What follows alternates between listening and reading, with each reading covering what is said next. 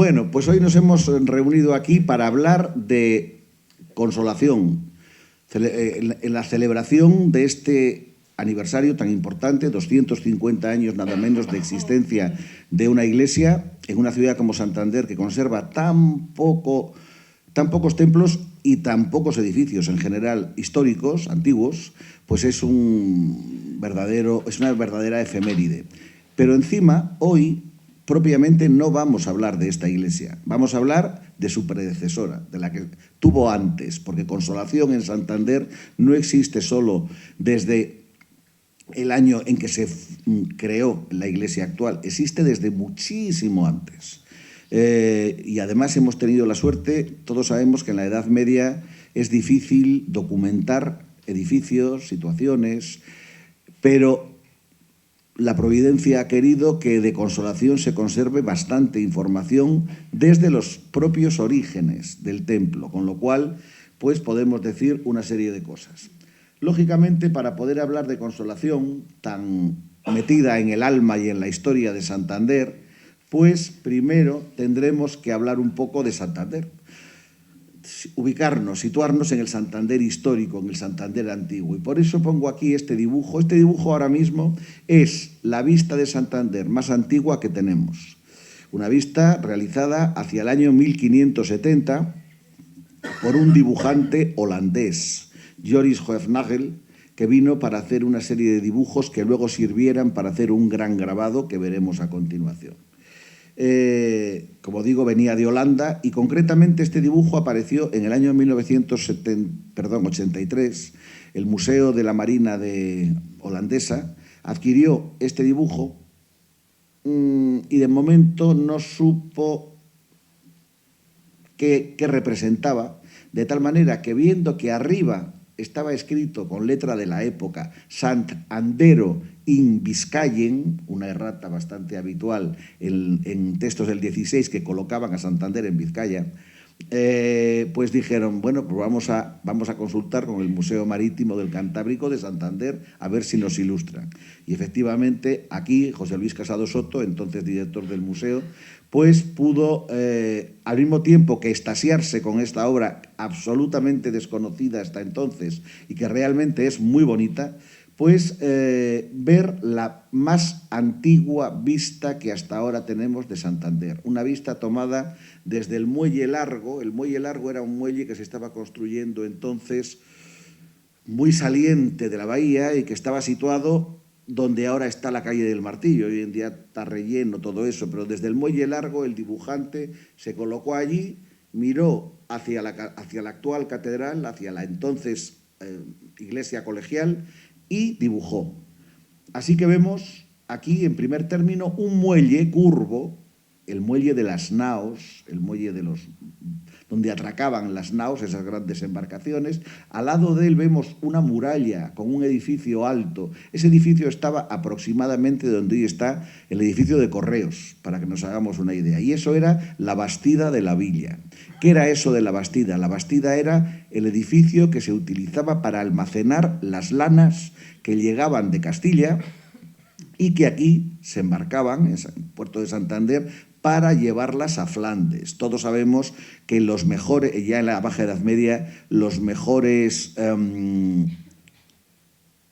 talleres de producción de tejidos europeos, tejidos más delicados, más finos, mejores, estaban precisamente en Flandes, en Brujas, Amberes, Malinas, se habla todavía de encajes de Malinas, por ejemplo, etcétera, pero allí lo que faltaba era la materia prima, la lana, y la lana la aportaba Castilla, de tal manera que esto era el almacén de las lanas. A continuación vemos un entrante de mar, esa ría que entra ahí junto a un torreón, era lo que actualmente es la calle Calvo Sotelo. Todo eso era la ría de Becedo, que llegaba hasta los pies del convento de San Francisco, que estaba justo donde ahora se encuentra el Ayuntamiento de Santander.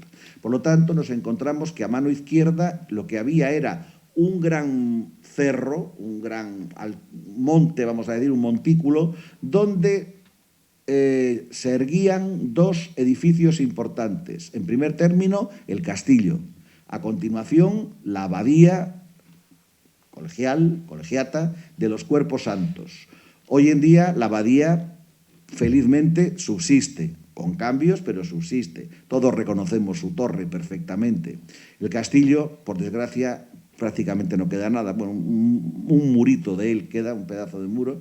Y donde estaba el castillo, todo eso en 1920 se desmontó, se rompió por ahí el monte y se construyó una calle, la calle Juan Plaza y el Banco de España. Bien, en época histórica, ese cerro era prolongado precisamente hasta la actual calle Alta. No se daba ese corte que hay hoy en día después de la catedral, que está la calle Lealtad, la calle Emilio Pino, la calle Isabel II, todo eso hasta después del incendio del 41, no pensemos que existía, eso existió después. Todo estaba unido desde la catedral, estaba unido con la zona de la iglesia de Consolación, precisamente, todo estaba en lo alto. Bien, Santander había surgido en los tiempos romanos, se había llamado el Portus Victoriae. Ese Portus Victoriae había estado precisamente aquí al socaire de esa ría de Becedo, que estaba muy protegida de los vientos, porque por un lado estaba la Sierra del Alta, que impedía que llegaran los vientos fuertes hasta aquí, y por otro lado estaba el propio cerro de Somorrostro, que protegía de los vientos del sur. ¿Por qué los romanos llamaron a esto el cerro de Somorrostro? Somorrostro, sumum, somo viene de sumum, sumum es siempre lo más alto, lo más... Y rostrum, en latín, era el pico de las aves.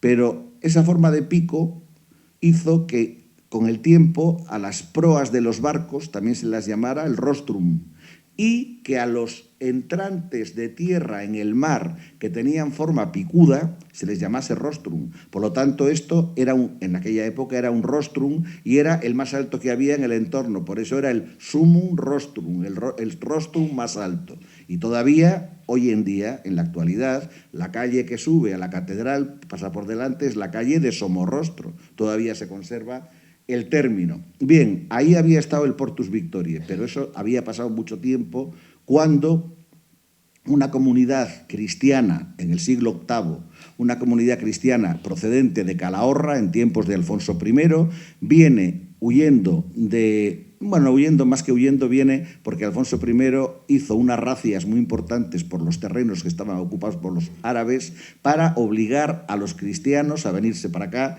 y crear este pequeño reino que entonces había, este reino Astur, que fuera creciendo en demografía y haciéndose más potente. Pues bueno, vienen de Calahorra y vienen con sus reliquias más preciadas, las cabezas de los mártires Emeterio y Celedonio. Y ahí fundan un monasterio. Según la tradición, en el año 791 fue el rey Alfonso II el que fundó ese monasterio. Un monasterio que en 1131 se convierte en colegiata. Pero así todo, durante toda esa época medieval, alto medieval, Santander es un pueblito de pescadores. Cuando realmente se va a transformar, cuando realmente se va a convertir en una población importante, va a ser a raíz de que el buen rey Alfonso VIII de Castilla, Alfonso el de las Navas de Tolosa, dé a Santander su carta Puebla o su fuero. Dar un fuero a una población suponía que a esa población se le concedían a los habitantes una serie de derechos, privilegios, beneficios fiscales que hacían que gente que vivía en otras latitudes dijera, pues mira, resulta que si me voy a Santander a vivir me van a dar una parcelita y voy a poderme construir la casa y además va a ser inviolable el edificio, no van a poder entrar metal y además voy a tener facilidades de pagos en este impuesto y tal, me voy para allá. De eso se trataba, que la gente se animase a repoblar. Entonces, Alfonso VIII da a Santander el fuero el 11 de julio de 1187, del año 1187. Y a partir de ahí es cuando Santander se convierte en esto que vemos aquí y en lo que vamos a ver a continuación. Aquí vemos realmente lo más granado de la Puebla Vieja.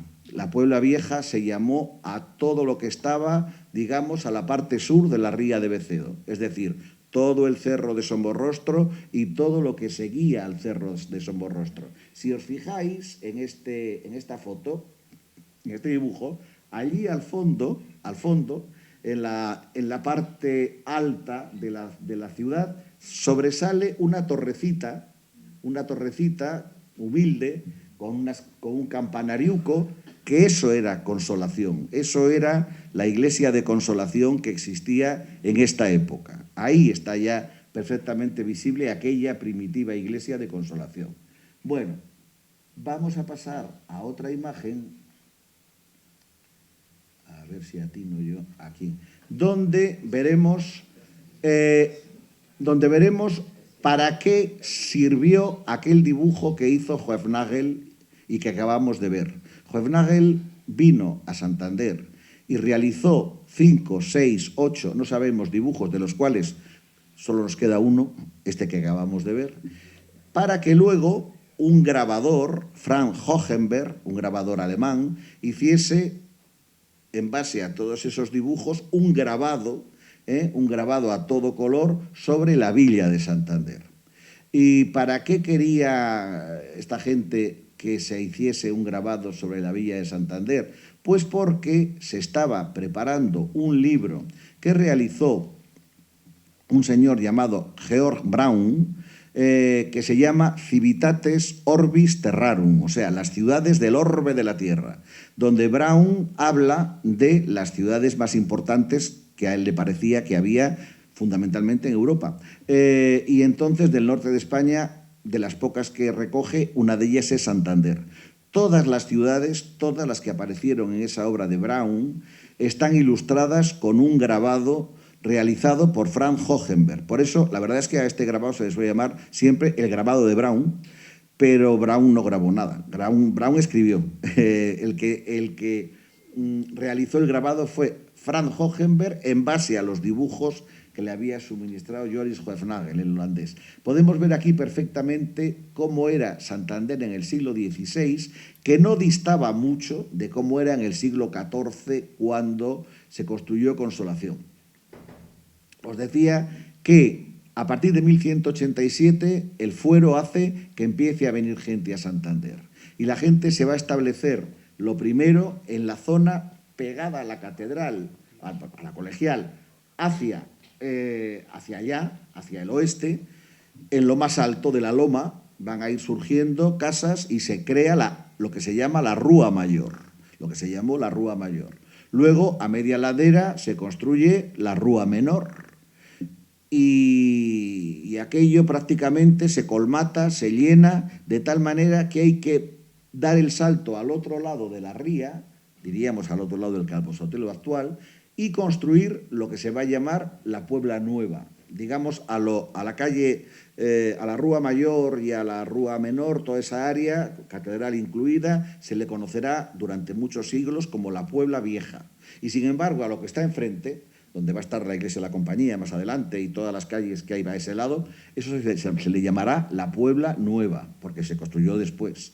Ahí van surgiendo varias calles, la calle de Don Gutiérrez, la calle de San Francisco, la calle de Rual Palacio, bueno, una serie de la Rúa de la Sal, así llamada porque estaba al final de ella el Palacio de la Sal. En estas villas medievales era fundamental que hubiese dos instalaciones, digamos, de aprovisionamiento eran básicas. Una, el Palacio del Trigo, y otra, el Palacio de la Sal. El Palacio del Trigo, ¿por qué? Porque había hambrunas y la villa tenía que estar abastecida siempre de cereal por si llegaba una hambruna. Entonces las embarcaciones que llegaban con trigo tenían que pagar un canon que en vez de en dinero se pagaba en trigo, y así la villa estaba abastecida. Y había un edificio donde se almacenaba el trigo, el Palacio del Trigo.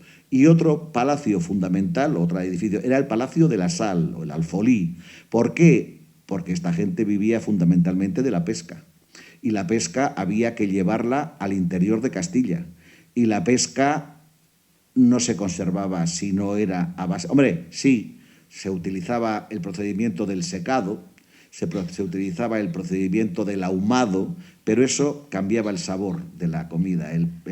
el mejor sistema que había para que el pescado llegase a destino sabiendo bien y en condiciones buenas era el salado, y por eso tenía que haber abastecimiento, tenía que estar asegurado el abastecimiento continuo de sal. Bueno, el caso es que aquí vemos una Puebla vieja o alta, una Puebla nueva o baja. Estaban unidas por un puente que, digamos, estaba a la altura de la torre de la Colegial y que unía con el otro lado, donde a partir del siglo XVI estuvo la iglesia de la Compañía, estaban como frente por frente.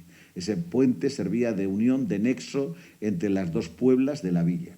Esto era Santander, y esto fue Santander durante mucho tiempo.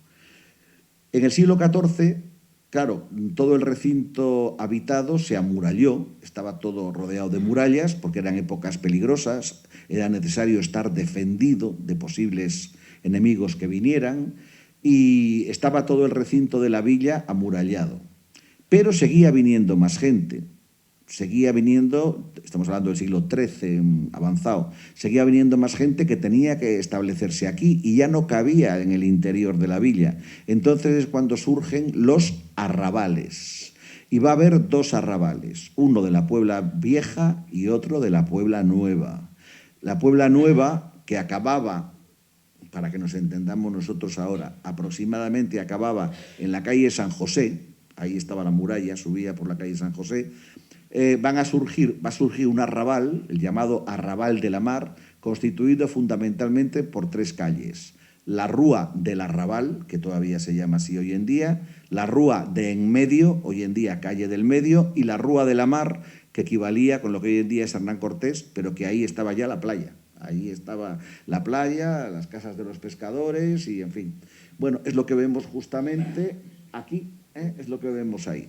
Este muelle que vemos aquí delante tan potente, que está, al final tiene una grúa, porque todavía no se había acabado de construir, todavía estaba en plena construcción, es el Muelle Largo, que fue una gran obra de ingeniería realizada a mediados del siglo XVI, Muelle Largo que en el siglo XVIII se le dotó o se le quiso dotar, mejor dicho, porque no se llegó a hacer del todo, de un contramuelle, o sea, el muelle largo acababa así, y ponerle un contramuelle porque al final del muelle largo había muchos escollos y era peligroso para las embarcaciones que se acercaban. Los escollos podían mandarlas a pique. Entonces se decide construir un contramuelle que da al muelle una forma de T o de martillo.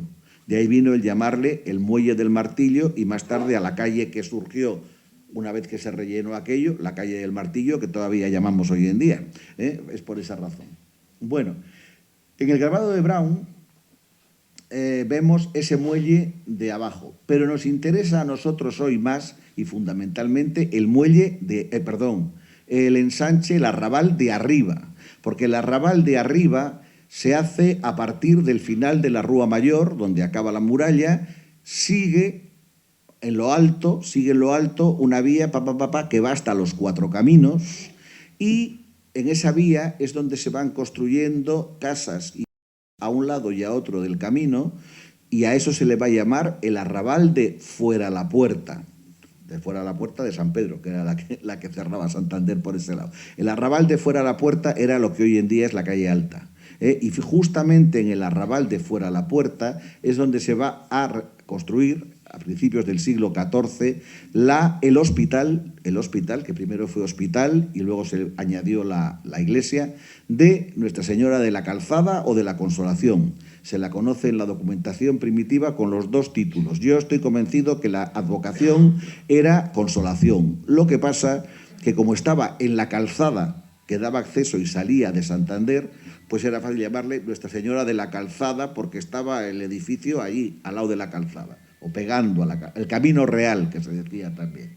Bueno, aquí en el Brown también vemos a Consolación, ahí al fondo.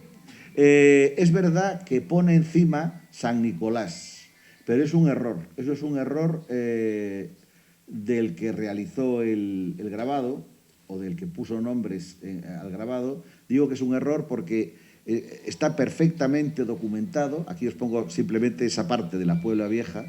Hombre, hay que tener en cuenta que en el Brown aquí vemos 4 casas muy grandes, realmente donde vemos 4 casas había a lo menos 40. Era, digamos, es una forma de representar. Eran casas más pequeñas y más abundantes las que había, ¿no?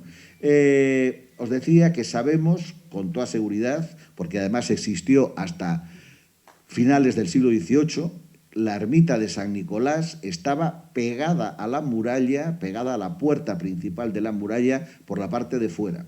O sea, estaba mucho más acá, estaba pues aquí prácticamente.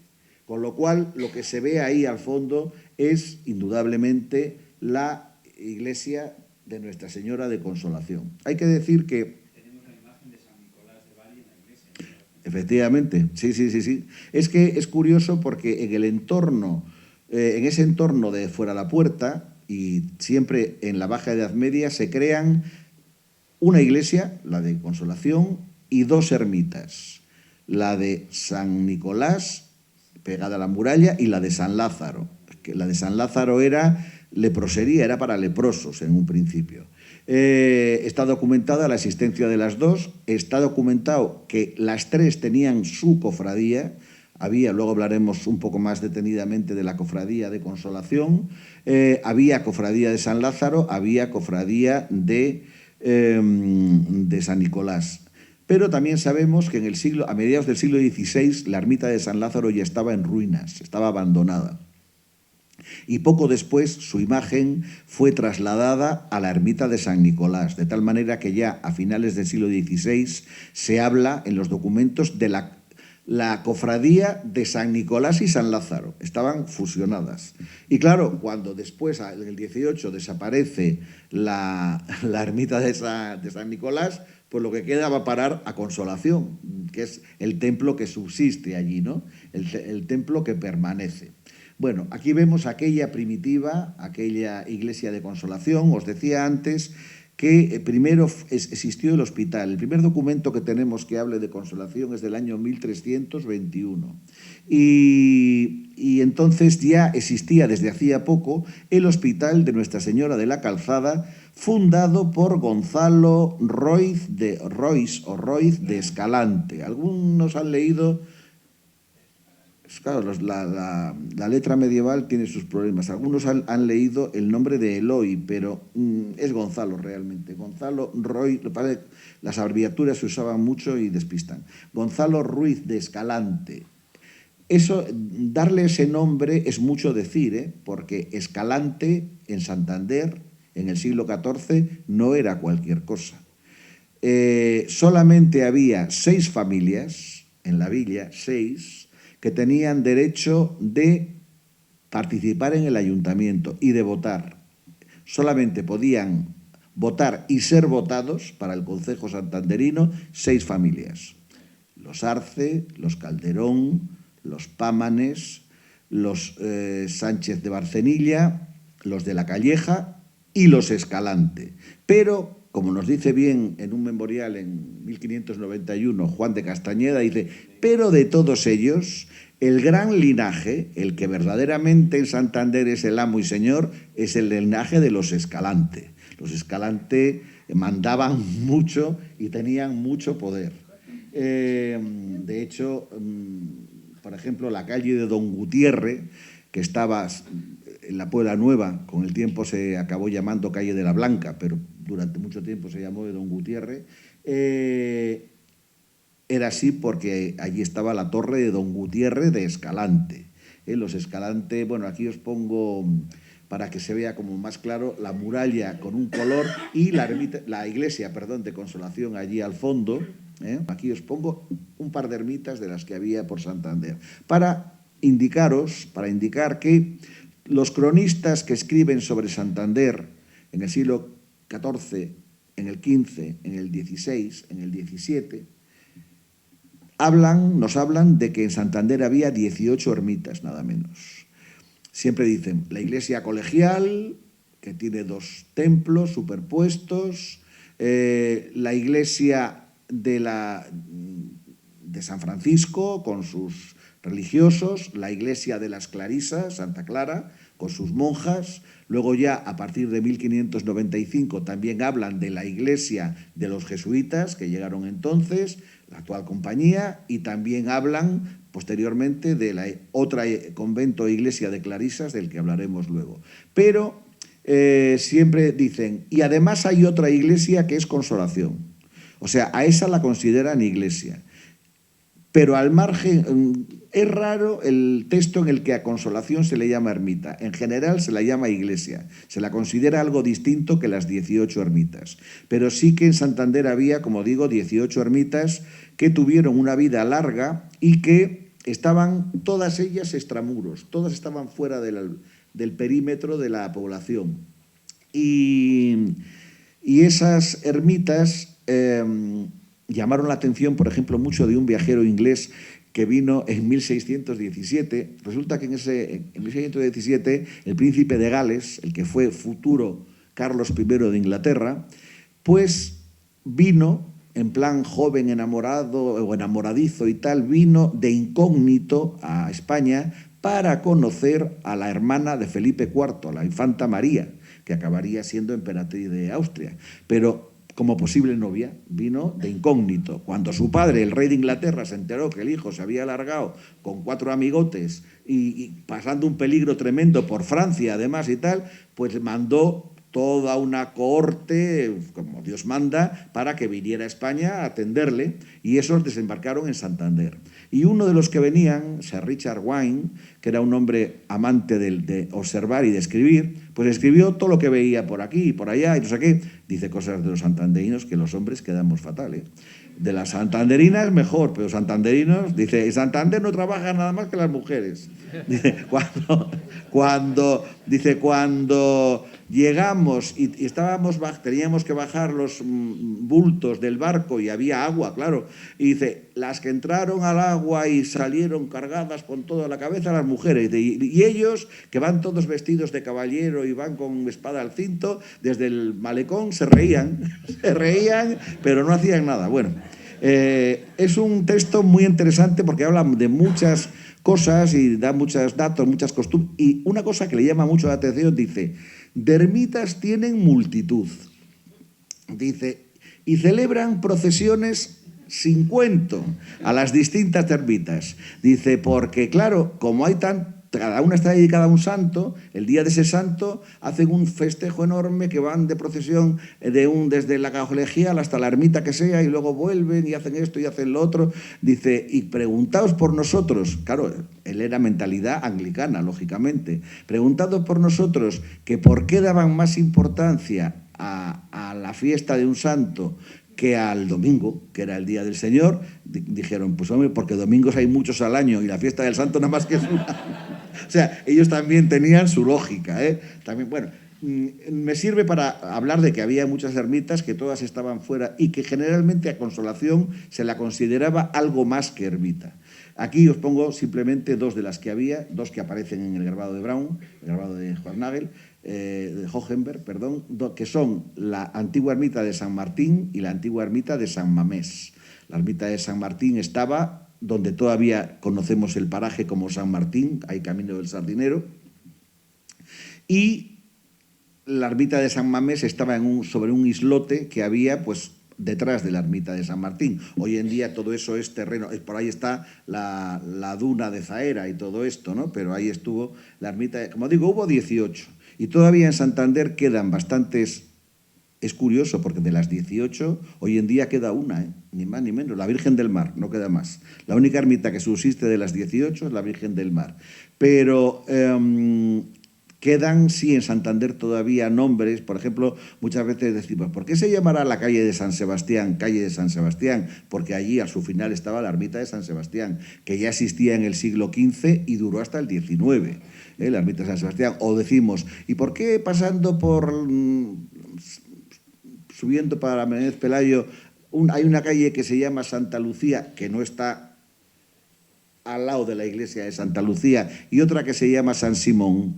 Pues porque justamente en la intersección de donde empieza San Simón y pasa Santa Lucía, hubo una ermita, que además está muy bien documentada, sabemos quién la fundó, cuándo se construyó, en 1415 la donó un matrimonio, primero él y luego ella, su parte, al cabildo de la colegial.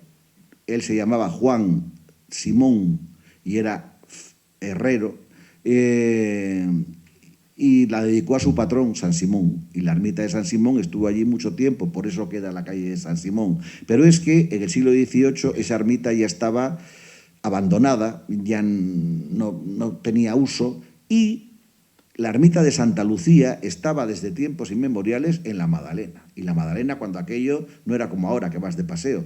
Para ir a la Magdalena había que ir en barca, sencillamente. Y claro, los devotos de Santa Lucía dijeron, hombre, a ver, pidieron permiso a la diócesis para que les dejaran pasar aquella ermita de la Magdalena a la de San Simón, que estaba mucho más a mano. Se les concedió y la vieja ermita de San Simón se convirtió en ermita de Santa Lucía. Por eso, una calle se llama San Simón y la otra se llama Santa Lucía. Quiero decir, nos quedan restos en los nombres. También hubo una parroquia que desapareció hace poco en Porperines, que se llamaba San Andrés. Ahí estuvo la ermita de San Andrés durante muchos siglos. Es decir, nos ha quedado recuerdo de esas ermitas en la nomenclatura. La que fue más favorecida y más suerte tuvo en la devoción popular fue María Magdalena, Santa María Magdalena, que tuvo dos ermitas nada menos, simultáneamente. Una estaba justo detrás del convento de los franciscanos, o sea, donde está el ayuntamiento ahora.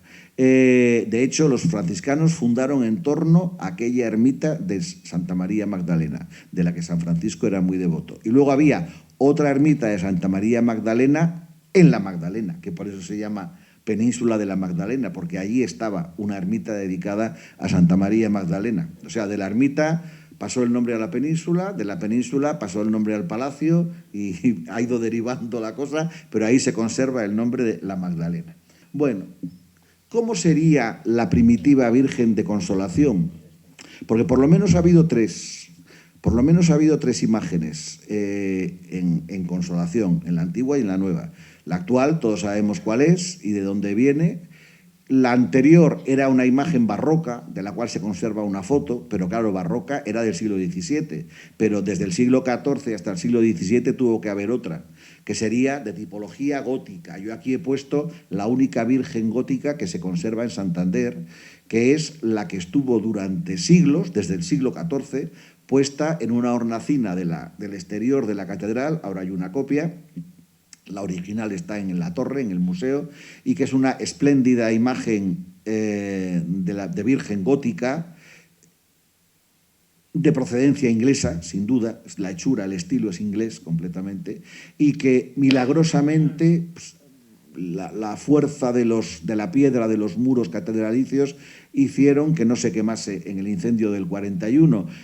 Tenemos noticia de muchas imágenes de la Virgen que hubo en Santander, en hornacinas, en la muralla, incluso en puertas de la muralla y tal, pero a nosotros no ha llegado nada más que esta, es la única. La pongo por eso, no porque fuera parecida, pero de esa misma tipología tenía que ser la primitiva porque era de esa época. Entonces, más o menos, a lo mejor era sedente, es más fácil casi que fuera sedente a que fuera en pie como es esta, pero no sabemos realmente cómo era la primera imagen de Consolación. Os decía que Gonzalo Rois de Escalante primero funda un hospital para 12 pobres. Los hospitales entonces generalmente eran para 12, porque se veía siempre a los apóstoles en el número de los que, para aquellos a los que se creaba la obra benéfica, ¿no? Entonces, para 12 pobres se constituyó aquel hospital.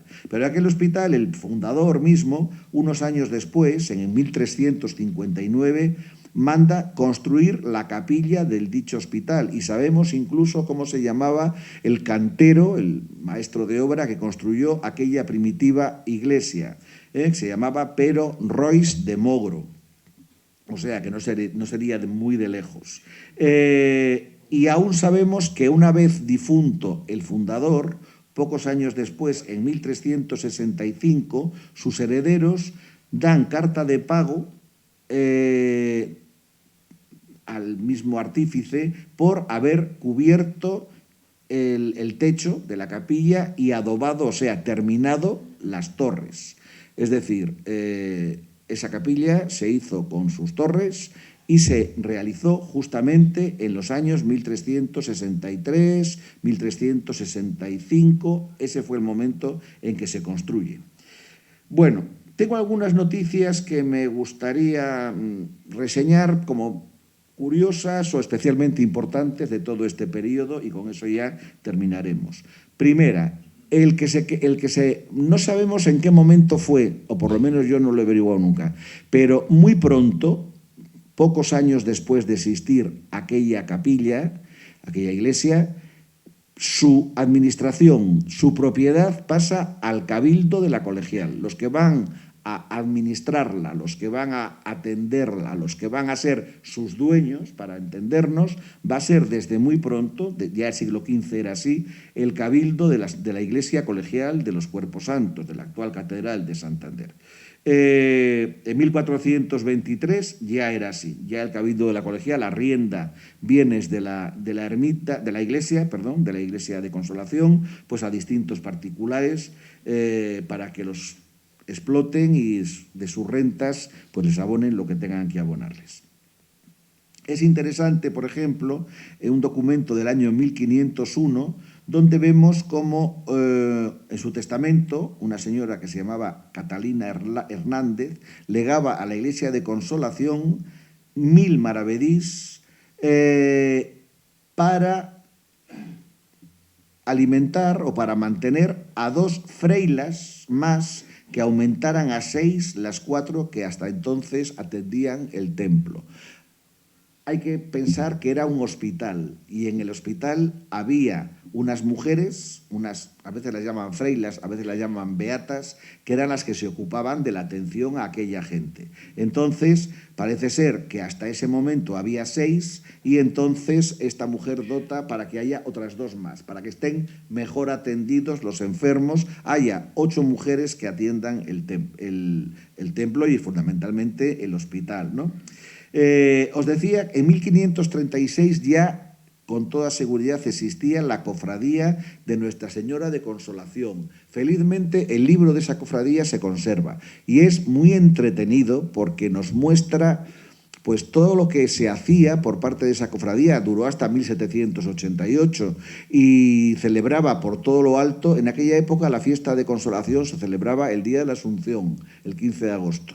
Y ese día lo celebraba por todo lo alto. Se hacía la misa mayor, se hacía la procesión, luego la cofradía pagaba a todos los que asistían, invitaba con vino, con pan, con peras y frutas y tal, y cómo no, se hacía una corrida de toros, porque eso era siempre, no se concebía un festejo que no incluyese la becerrada o corrida de toros correspondiente. Naturalmente en Santander no había corrida de toros que pagaba la cofradía, claro.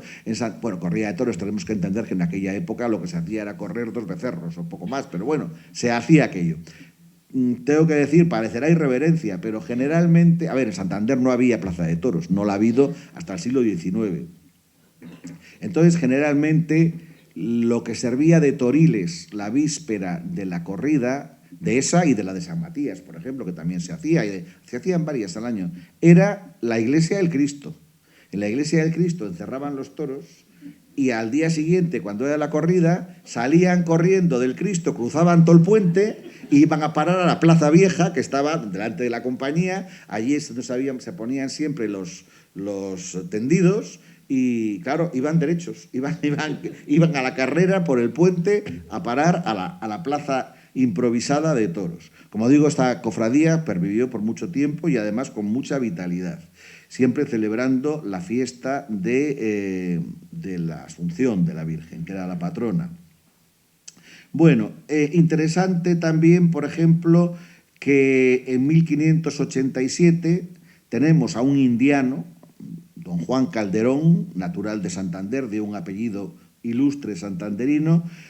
Había marchado a América, había hecho allí fortuna y había llegado a ser nada menos que corregidor de Panamá, y hace testamento ese año de 1587 y entre sus últimas voluntades deja 3.000 ducados de Castilla para fundar una capillanía en la iglesia de los Cuerpos Santos, para la iglesia de Santa Cruz de Bezana, porque su madre había sido de ese pueblo, y para la iglesia de Nuestra Señora de la Consolación de Santander y la de Nuestra Señora del Soto en Soto Iruz de Toranzo, que debían ser sus principales devociones. Hay que tener en cuenta que en varios documentos del siglo XVI y XVII a Consolación se la califica de santuario. La Virgen de Consolación tenía una especial devoción, lo mismo que pasaba, por ejemplo, con la Virgen de Latas, con la Virgen de, digo, en el entorno este nuestro, la Virgen de Muslera, por supuesto, la Virgen del Mar.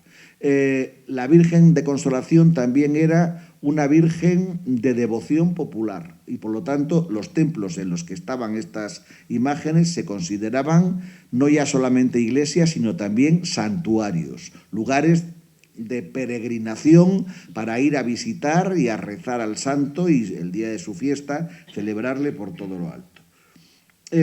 Por ejemplo, el memorial que hemos visto antes de Juan de Castañeda, de 1591, habla, después de hablar de las iglesias de los frailes y de la catedral, dice, hay otra iglesia, sotítulo de Nuestra Señora de Consolación. Él luego va citando una por una las 18 ermitas, pero a Consolación la sitúa aparte. Otra noticia interesante también que tenemos en un libro inventario de las iglesias parroquiales y ermitas de esta villa del año 1594, nos dice que hay muchas personas, vecinos de esta villa, que se entierran en el cementerio de ella, de la iglesia de Consolación. O sea, tenía anexo un cementerio, también San Francisco le tenía, donde se enterraba mucha gente. Hay que tener en cuenta que la villa de Santander en el siglo XV había llegado a ser la población más habitada de todo el litoral cantábrico. Y claro, aquí había mucha gente. Y es verdad que luego llegó la peste de 1497 y que todo el siglo XVI estuvo jalonado de tremendas pestes que murió muchísima gente. Tanto es así que antes de empezar la peste de 1497 en Santander había unas 5.500 personas y al terminar la última, 100 años después, quedaban apenas 800. O sea, la mortandad fue tremenda. Pero claro, el único sitio que había, salvo el cementerio de los franciscanos y el de Consolación, era el suelo de la catedral. Y claro, la catedral llegó un momento que aquello no cabía más difunto. Estaba el claustro saturado de enterramientos, el interior de la catedral saturado, además pensando que debajo estaba el Cristo, con lo cual el sitio que había disponible pues era el que era, no daba para más. De hecho, es tremendo, es mucho después que todo esto, pero cuando Santander se convierte en ciudad y en cabeza de obispado, al poco tiempo, el primer obispo de Santander, Francisco Javier de Arriaza, oficia al Estado pidiéndole que por favor construya un cementerio exterior, dice, porque en la catedral, ya catedral, no se puede soportar los olores. Dice, a pesar de lo mucho dinero que se gasta el cabildo en perfumes, dice, porque están los cuerpos casi someros, dice, usa esa palabra, casi someros, claro, venga a enterrar allí gente durante siglos, aquello era inviable. Y mucha gente, es cierto, que se enterraba, gente que vivía sobre todo en la Puebla Vieja, se enterraba en el cementerio de Consolación que estaba en torno a la iglesia. Lo mismo que pescadores, sobre todo del Cabildo de abajo, se enterraban en el cementerio de San Francisco a montones. Cementerio que duró mucho tiempo. De hecho, cuando se construyó por los años 60 del siglo XX el edificio del Banco Zaragozano, ese al final de Juan de Herrera, ahí es donde había estado, toda esa zona había sido el cementerio de los franciscanos y salieron todavía una pila de lápidas, por ejemplo, la del que fue primer arquitecto municipal de Santander, Juan Alday, apareció en ese, que había sido enterrado ahí en ese cementerio. Bueno,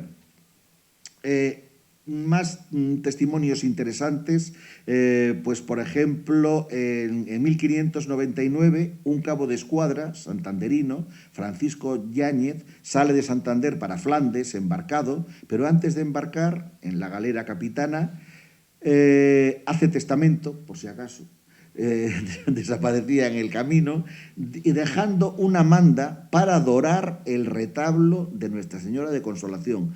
Gracias a ese documento y a otro un poco posterior, pero muy poco posterior, sabemos que entre 1597 y 1599 se había hecho el retablo de Consolación, que desgraciadamente ya no existe, sería un retablo, por la época tuvo que ser un retablo barroco de estética romanista, y sabemos incluso que le hizo un retablista, Pedro de la Riva, natural del lugar de Sobremazas, del concejo de Santa María de Cudello, que es en la Junta de Cudello.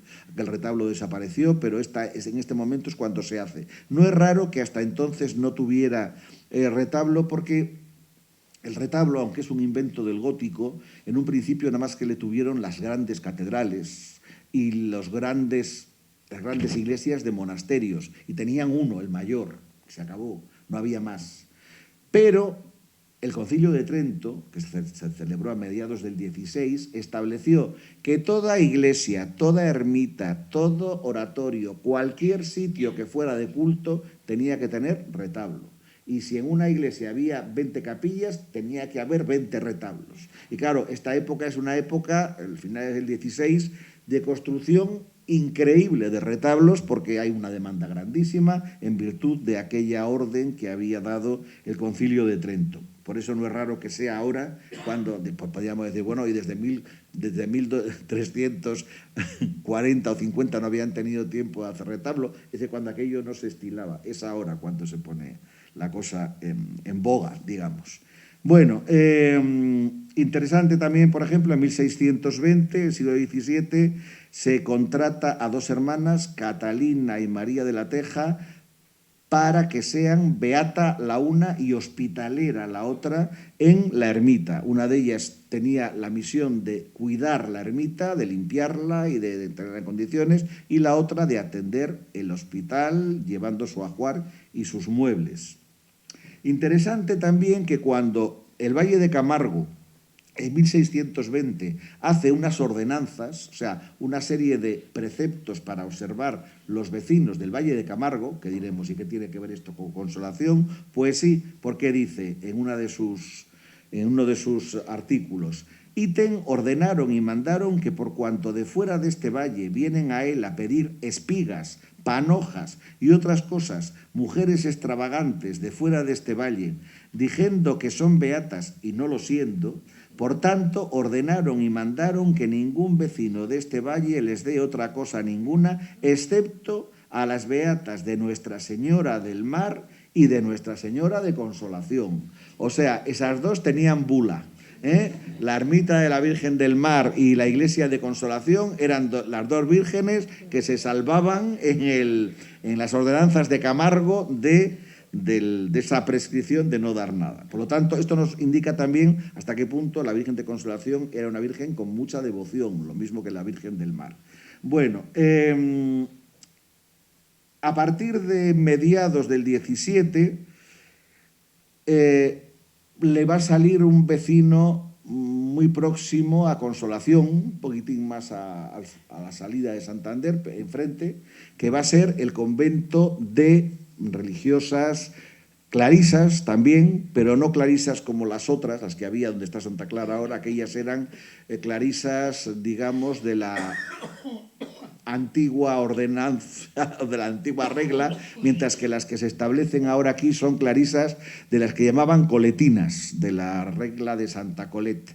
Bueno, se crea un convento de clarisas, le funda una señora, doña María de Oquendo y Lasarte, viuda de don Fernando de la Riva Herrera, personaje importantísimo en el Santander del siglo XVII, y ella, donostiarra, bueno, pues hermana de uno de los más importantes almirantes que ha tenido España, don Antonio de Oquendo, que fue un personaje mítico. Pues bien, doña María de Oquendo y Lasarte, una vez que se queda viuda, es la que manda construir este convento. Bueno, esto lo pongo luego. La que manda a construir este convento, el convento de Santa Cruz del Monte Calvario, como digo, enfrente prácticamente de Consolación. Una lástima las condiciones en las que está este edificio hoy, que es un edificio interesantísimo, declarado bien de interés cultural, porque es que es de lo muy poco que nos queda de patrimonio histórico artístico en Santander. Y hay que tener en cuenta que a pesar de todos los añadidos que le hicieron cuando lo convirtieron en tabacalera en el siglo XIX, todavía conserva íntegra la iglesia, el claustro y las dependencias originales.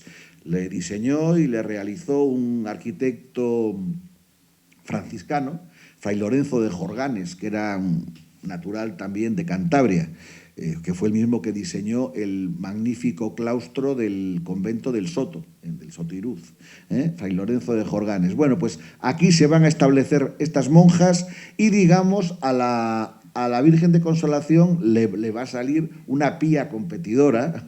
No, aquí no entran esas cosas de rivalidades porque es la misma, pero las monjas van a adquirir una talla a la que van a profesar una enorme veneración y que se va a hacer muy popular en Santander también, que es la peregrina, la Virgen peregrina, la Divina Peregrina. Además, claro, si tenemos en cuenta que la vía de entrada y salida de Santander más habitual era precisamente el arrabal de Fuera la Puerta, la calle Alta, bueno, pues los peregrinos que acudían Camino de Santiago, por ejemplo, pues tendrían mucho consuelo en visitar a la Virgen peregrina que tenían aquí estas religiosas. Es una virgen similar a la que tienen con muchísima estima y mucha veneración el santuario de la Peregrina en la localidad castellana de Sahagún, que es la de Sahagún es de la Roldana, nada menos, de la gran escultora andaluza Luisa Roldán, la Roldana,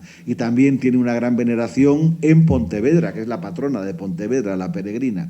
Bueno, cuando en el siglo XIX se produjo ese tristísimo episodio de la desamortización de Mendizábal y a las monjas las obligaron a abandonar el convento, que como digo se convirtió en tabacalera, pues las monjas se llevaron a su nueva residencia. Primero fueron a parar al Regina Coeli de Santillana y después de unos años de estar allí ya, digamos, tuvieron convento definitivo en Villaverde de Pontones, que es donde están hoy en día. Son otras, pero es la misma comunidad que existía aquí, todavía sigue existiendo, y ellas se llevaron unas cuantas cosas, pero fundamentalmente dos, a las que más importancia dieron. A su peregrina, que la siguen dando un culto tremendo allí en Villaverde, o sea, esta Virgen sigue existiendo, felizmente, la Virgen peregrina, y la llave del convento, que la siguen teniendo. Porque el convento se le quitarían, pero ellas se sentían, y con razón, dueñas, y siguen teniendo en su poder la llave de ese edificio. Bueno, en 1660 viene por Santander de incógnito un canónigo suizo mandado por el nuncio del Papa, por el nuncio Bonelli, un canónigo suizo que se llamaba Pellegrino Zuyer, viene a reconocer el terreno. Desde hacía mucho, desde hacía siglo y medio, se estaba intentando separar la iglesia de la montaña de la diócesis de Burgos. Y había grandes presiones en todos los sentidos. Era una cosa que se estaba haciendo inacabable. Había empezado Felipe II en 1561 y esto no se consiguió hasta 1754. O sea, la cosa fue larga a base de bien. Pero en 1660 el nuncio Bonelli manda que venga este canónigo, así como de intríngulis, vamos, que nadie sabe para qué viene, pero para que venga para observar y para informar de lo que vea.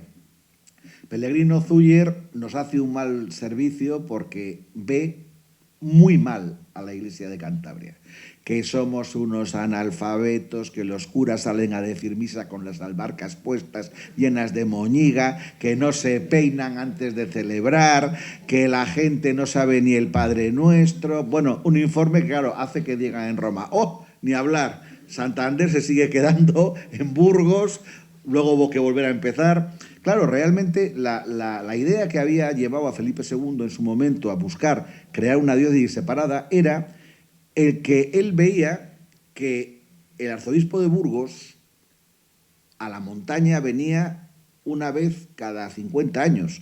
Muchas veces se confirmaban padres, abuelos, hijos y nietos al tiempo, porque no había quien les confirmase, no había un obispo en 30 años, en 40, y entonces veía también que sobre todo en los puertos, Santander, San Vicente de la Barquera, Laredo, Castro, pero sobre todo Santander, continuamente venían flotas, eran puertos potentes, y continuamente venían flotas de ingleses, de suecos, de holandeses, herejes todos. Y claro, tenía miedo que eso hiciera que la herejía entrase en una zona tan abandonada por las autoridades eclesiales. Y ese era su interés en crear una diócesis, pero además luego Santillana, por ejemplo, también jugó mucho en contra, la abadía de Santa Colegiata de Santillana, porque no es que no quisiera la separación de Burgos, pero quería que la que se convirtiera en catedral fuera la Colegiata de Santillana. De modo que hubo muchas presiones. Bueno, el caso es que cuando viene Zúñiga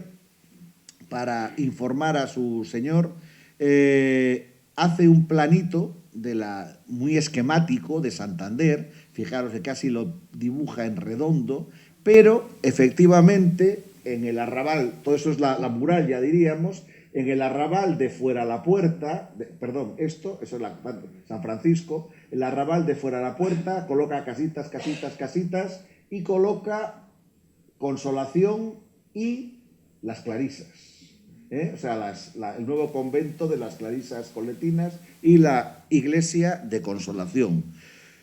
Ya digo, el informe de Zúñiga fue muy malo y nos vino mal, pero bueno, nos dejó cosas que han venido bien para la historia de Santander. El hecho de que se crease la diócesis de Santander fue un gran triunfo y una gran ventaja para la ciudad y para la provincia, pero un poco faena fue para Consolación, precisamente. ¿Por qué razón? Pues porque en ese momento, y acabo con esto, ya de aquí pasaremos el próximo día a hablar de lo de después, porque resulta que había fallecido en las Américas un señor que había dejado una cantidad, que ya hablaremos de ella, muy nutrida, para emplearla en Consolación y en hacer una iglesia nueva, pero como hicieron la diócesis, dijo el cabildo de la catedral: uy, nos hace falta dinero para celebrar esto. ¿De dónde lo sacamos? Hombre, pues aquel señor que tenemos ahí depositado, todo ese caudal que le tienen los franciscanos, pues se le habían dejado en manos de los franciscanos depositado, que nos dé para hacer esto, que ya se lo devolveremos. Y claro, eso hizo que se retrasase la construcción de la iglesia, se hizo, pero se retrasó porque en un principio todo aquel dinero, o casi todo, se empleó en los fastos celebrativos de la creación de la diócesis. Justamente el último abad de Santander fue el primer obispo. Francisco Javier de Arriaza y Sepúlveda había sido el último de los abades y fue el primero de los obispos de Santander. Por eso prácticamente la vieja Consolación muere. Bueno, también se me olvidó deciros que como era costumbre, el Papa eleva a Santander a cabeza de obispado el 12 de diciembre de 1754 y 12 días después el rey Fernando VI da a Santander el título de ciudad, porque era costumbre que aquellas poblaciones donde había obispo tuviesen el título de ciudad, no de villa. De modo que el 9 de enero de 1755 Santander se convierte en ciudad. Y desde luego es curioso porque realmente, si nos damos cuenta, la historia de la vieja Consolación va íntimamente unida a la villa de Santander. Y su fin va a venir prácticamente cuando Santander se convierte en ciudad. De tal manera que la ciudad de Santander tendrá consigo a la nueva iglesia de Consolación, que será de la que hablemos el próximo día. Que hoy ya hemos hablado bastante y bastante me han aguantado con santa paciencia.